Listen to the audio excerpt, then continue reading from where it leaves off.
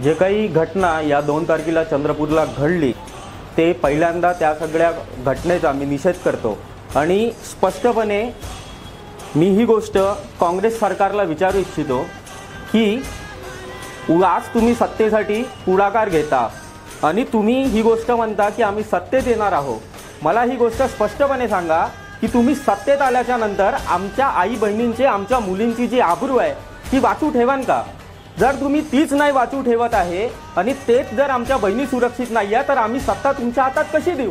या प्रश्नाचं उत्तर काँग्रेस कमिटीने दिलंच पाहिजे. आणि ज्या व्यक्तीने हे घाणेरडं कृत्य केलेलं आहे त्या माणसाला, त्या अमोल लोढेला खरं तर सरकारी यंत्रणाच्या माध्यमातून तपासणी करून त्याला फाशीची शिक्षा झालीच पाहिजे, जेणेकरून उद्या या पार्टीचा कोणताही माणूस आमच्या बहिणीकडे वाकड्या नजरेने पाहू शकणार नाही.